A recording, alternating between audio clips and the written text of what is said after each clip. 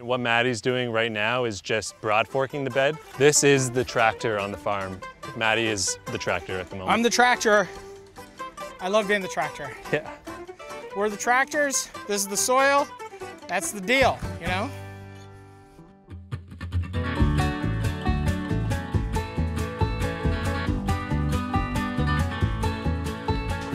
What's up, everybody?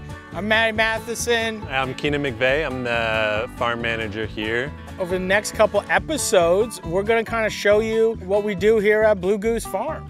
Yeah, we're gonna show you guys around. It's a small farm project started by Matty and myself about 2 years ago, and it's kind of hitting its stride right now. We're gonna show you guys things we've learned, things that went right, things that went wrong. A lot of wrongs. A lot of wrong. A lot of wrongs. A lot of wrong before you get it right. You know, this has been a place for us to kind of learn how to be a steward to a small patch of land, grow really good food, take care of people, and take care of each other. Like that. Blue Goose, we're here to take care of each other. The real story of why we started Blue Goose was we were shooting my second cookbook here. Working with Keenan is very inspiring on a lot of different levels. So if you don't know Keenan, Keenan's he's like my favorite chef in the city. Keenan was just kind of like, you got so much like land. And so when we were working together on my cookbook, the inspiration for just farming, gardening, kind of grew from there. This is the original plot. This is the Little Goose, about 3,500 square feet, 25 11-foot beds. But this is basically the small plot that we've used to kind of teach ourselves a lot of different techniques, a lot of different ways to grow food. Every bed was a different crop, just to kind of learn the ins and outs of each cultivar as best as we could before we implement on a large scale. For anybody looking to start a farm or do anything on a large scale, I would highly recommend starting as small as you can. Crawl, walk, run. Yeah, that's kind of the motto that we followed. This was the crawl. Yeah. It was a pretty fast crawl. This was a big crawl. It's a big crawl going from zero to yes, this. Yes.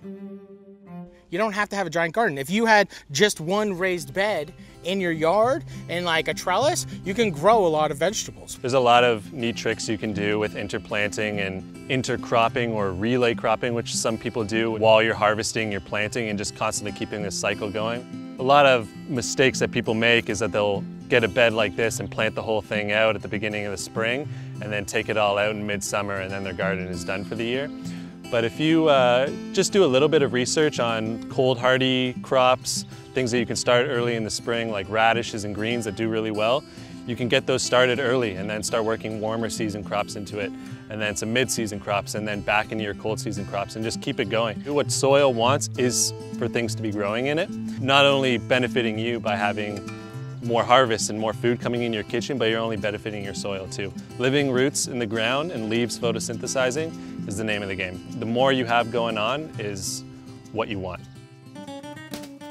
So this might be a little bit more of a relatable experiment for people living with small growing spaces if you just have a little patio. Even in this tiny terracotta pot, I have one massive tomatoes. I've got some lemon gem marigold and some butter lettuce interplanted as well.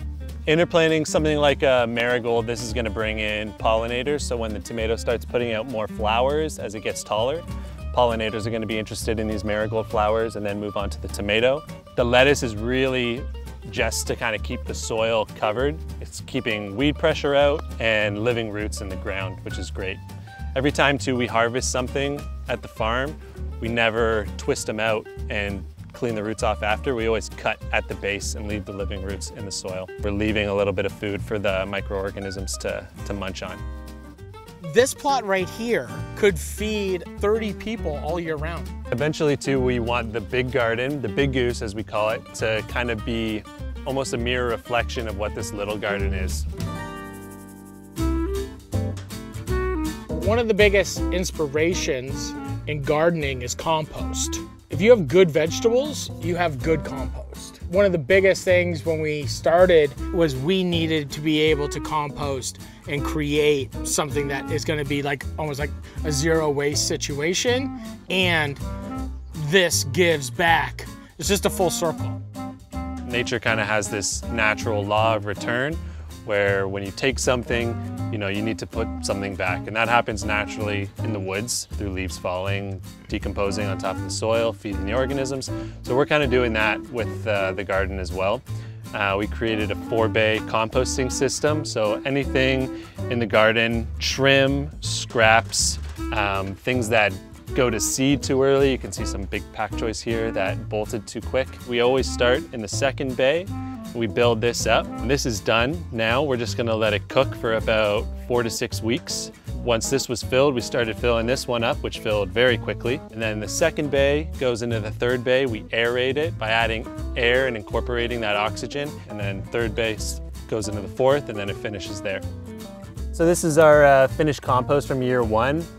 As you can tell, it's not super fine, but we like that for dressing our beds. We can still sift a little bit of it and add that to our seeding mix as well, which we do from time to time. From seed to vegetable to, you know, waste to compost back to the soil, that circle of life, that's the goal. That is the win. Ew. Now we're gonna go into the big plot, harvest some lettuce, turn over a bed, and we'll see what's up.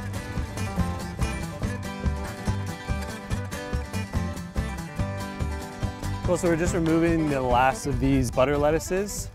We gotta harvest them pretty fast just because it's getting a little hot out right now, and lettuce doesn't really like being left out in the heat. So this is what, like Keenan was talking about, how we leave the roots of the lettuce. This will eat itself and turn into better soil. Just trying to wrap our head around the sheer scale of it has been the biggest challenge. And very small crew here too, with limited amount of hands. Very small crew? Yeah. Keenan's the crew.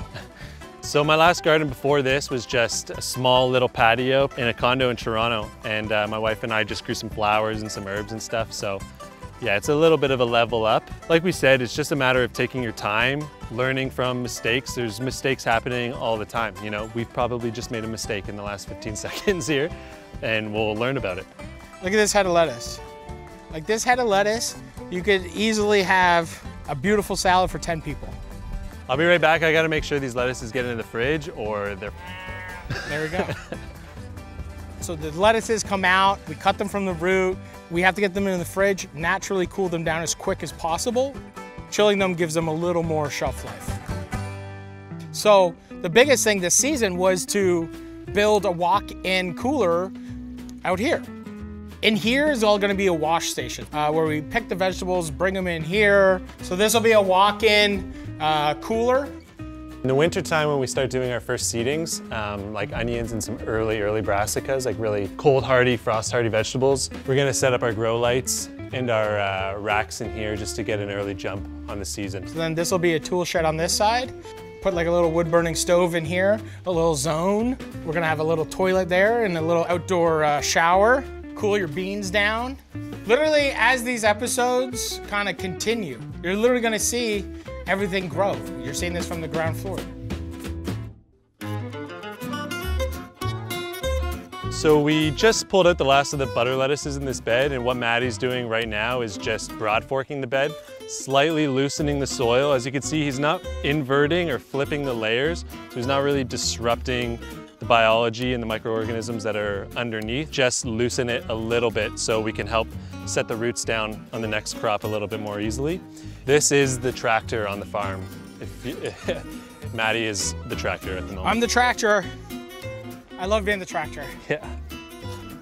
I'm the tractor here at Blue Goose. We don't like to use gasoline. We're the tractors. This is the soil. That's the deal, you know?